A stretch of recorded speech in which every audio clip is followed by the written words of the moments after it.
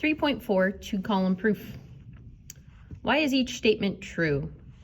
Angle BCA is congruent to DCE. So 50 degrees and 50 degrees. Well, that was given information. It was given from the figure. Angle BCD, so right there, and GCF. So these angles that are opposite of each other on an intersection, that's true because they are vertical angles.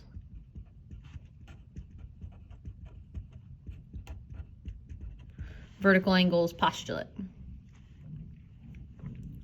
The measure of BCD, this BCD plus 50 is the measure of BCE. Why is that true? Well, it's true because we can put these two angles together using the angle addition postulate.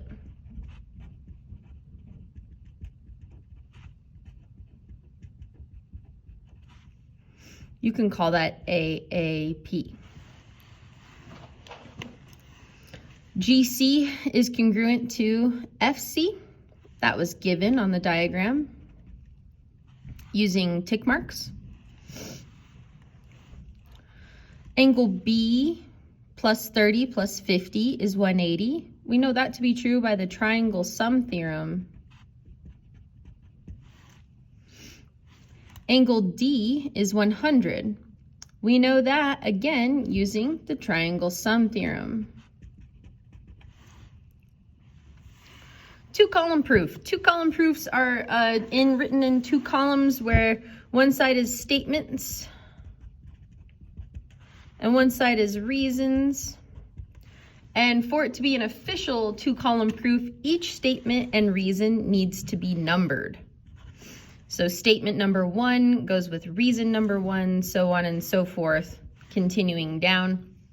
But each one needs to be numbered. These are the same general steps that I've gone over once before, but let's go over it one more time. General steps for a two-column proof is first to use the figure. Look at the figure. What have you been provided? Then you list your properties, postulates, definitions, or theorems, and that can help you get started. Make sure that you convert congruence to measures, and you do that using the definition of congruent. Then you try to use some substitution of some kind. In a two-column proof, when you're doing substitution, you must list the steps.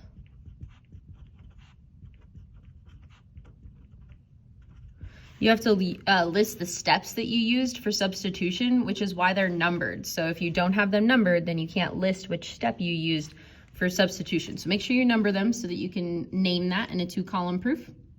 And then finally, you work towards your proof.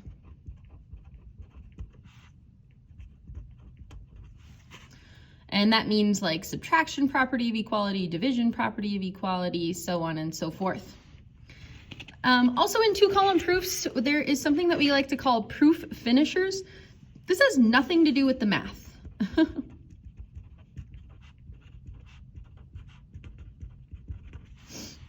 This has nothing to do with the math. You will not receive any points for using proof finishers at the end of your proof. This is just something that mathematicians like to do. If you look at proofs in a textbook, they often will have a proof finisher. So it's just to announce to the world that you are done and you've shown what you were supposed to show. In textbooks, many times it's a filled in box and they write it just at the bottom of their proof. Another one that I see quite often is 3 dots in a triangle shape, and that means therefore.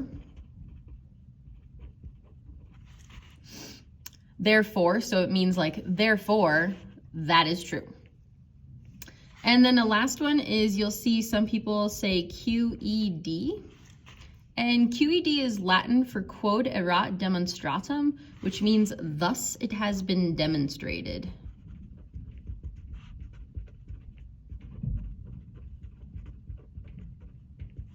It's a Latin phrase, and because these proofs were written long ago, and this was a way to say that thus it has been demonstrated. You write these at the bottom of your proof to just show that you're finished. Again, this has nothing to do with the math, and you will not receive any points for using a proof finisher. It's just optional if you would like to, sort of for fun at the end of a proof.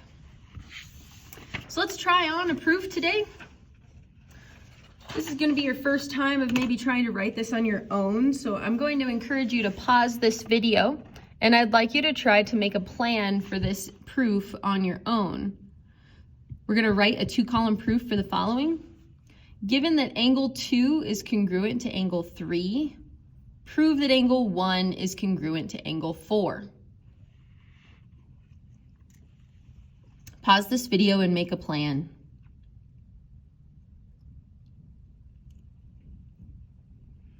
All right, given that angle 2 is congruent to angle 3, I know that those two angles are congruent, so I add the markings to the diagram. The other thing that I notice is that 1 and 2 lie on a linear pair and 3 and 4 lie on a linear pair. So when we make our plan, we can say something like this. 1 plus 2 equals 180. 3 plus 4 equals 180. If that's true, we can say that those two statements are equal. 1 plus 2 equals 3 plus 4. And look back up at your proof. We're trying to say that 1 equals 4. So I've got the 1 and the 4, but the 2 and the 3 need to go away. Well, what do I know to be true? Well, 2 equals 3. So what can we replace this 2 with? I could replace it with a 3. Oh, yay. And then who matches on each side? The 3's match on each side, and 1 equals 4. So we're going to use linear pair knowledge to help us prove that this is true. We're going to make linear pair statements. Remember that when you make linear pair statements, it has to come in groups of 3, where you announce that they are a linear pair, then they are supplementary, and then they can become equal to 180. So make sure that you leave yourself enough room, write kind of small as we write this proof, so that you have enough room to fit all your statements and reasons. We probably needed a little bit more room to fit it. So here we go. So our statements go on the left, and our reasons go on the right, and we're going to number each statement and reason. So statement number 1 is always going to be our given statement. So angle 2 is congruent to 3, and that was given. So statement 1 matches with reason number 1. The first thing we should do here is that before we can start talking about their actual size, we need to convert them into measures.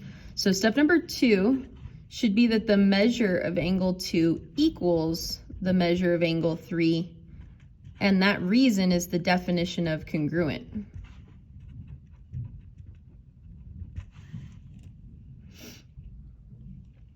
All right, step number 3. Now we can start to get into our actual reasoning where we're noticing about angles 1 and 2. So first thing you announce is that it's a linear pair. The cool part about this is that you can do your linear pair announcements at the same time. So we'll do 1 and 2 and 3 and 4 at the same time. So angle 1 and 2 are a linear pair, and also angle 3 and angle 4 are a linear pair. And the reason that goes with that is the definition of linear pair.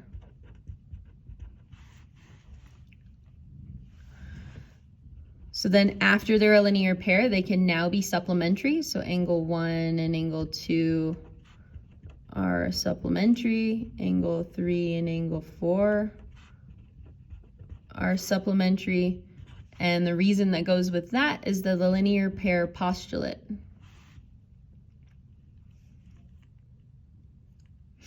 All right, step number 5. Now we can actually talk about them equal to 180. So angle 1 plus the measure of angle 1 plus the measure of angle 2 equals 180.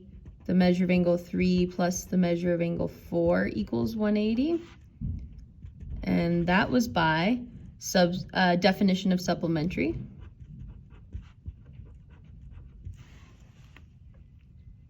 Yay, so now we're actually to the math that we started in our plan. So after they were equal to 180, then we can make these statements equal to each other.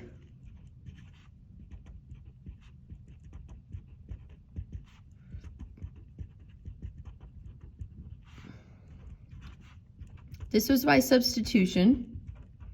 And something new for two-column proofs is that you must include the step that came from. So where did this equality statement come from? It came from just one step above it, where we were taking these two statements and setting them equal to each other. So step number 5. All right. So now if we look back up at our plan, what happens now is that we're going to replace this measure of angle 2 with the measure of angle 3.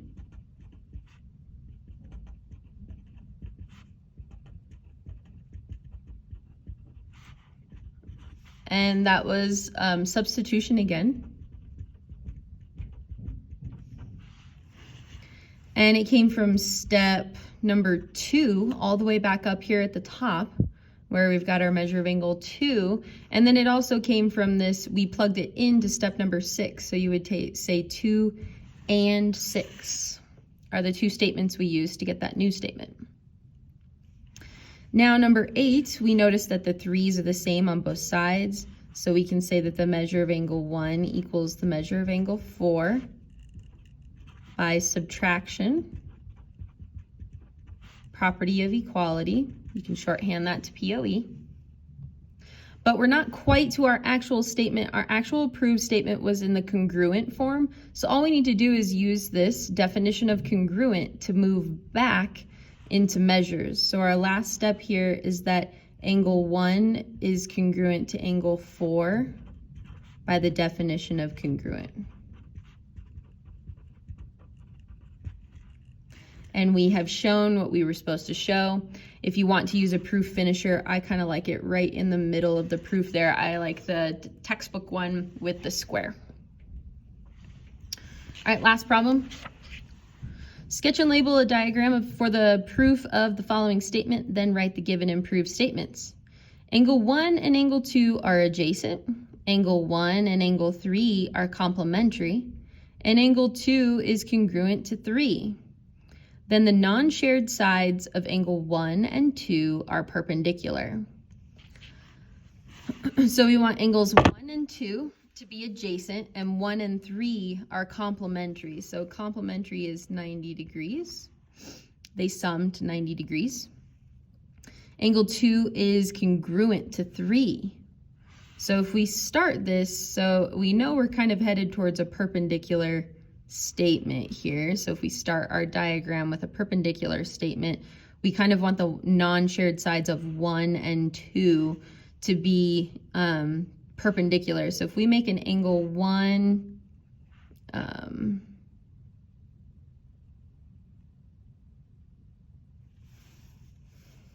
let's do this. So we make an angle 1 and 2, 2 and 3, and we want the non-shared sides of 1 and 2 to be perpendicular. So my drawing is not real good here. So 1 and 2 are adjacent, 1 and 3 are supposed to be complementary, and 2 is supposed to be congruent to 3. That's supposed to be true. And then 1, so I have this kind of backwards, really. Probably 3 should be in the middle and 2 should be on the right-hand side here. Let's get our given and our proved statement. So given that angle 1 and angle 2 are adjacent, angle 1 and angle 3 are complementary, and angle 2 is congruent to angle 3. We're trying to prove that the non-shared sides of angle 1 and angle 2 are perpendicular. Thank you.